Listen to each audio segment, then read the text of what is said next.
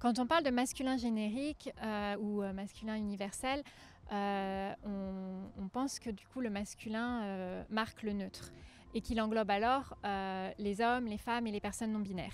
Mais dans la langue française, le neutre n'existe pas. On a deux genres, le masculin et le féminin.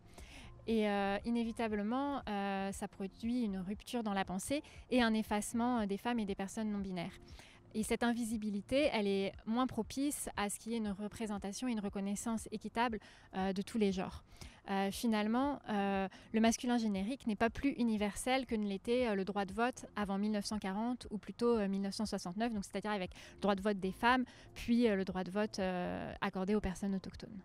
En fin de compte, il n'y a absolument rien d'inhérent ou de purement naturel là-dedans.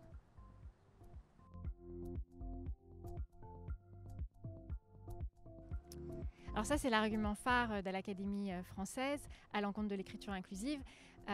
Mais comme on le disait, en fait, la langue, c'est le fruit d'une construction et d'une évolution.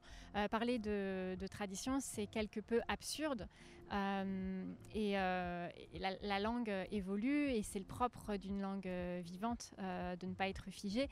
Sinon, c'est qu'on a affaire à une langue morte. Et n'en déplaise en fait aux académiciens ou aux trop peu nombreuses académiciennes, on parle déjà plus depuis longtemps la langue de Molière. D'ailleurs, on voit bien que ce soit en France ou au Québec, la langue elle a évolué de façon différente. Et c'est précisément ce qui fait sa beauté. La langue elle va évoluer en fonction des usages. Pourquoi ça semble-t-il si compliqué quand il est question de redonner ces lettres de noblesse au féminin.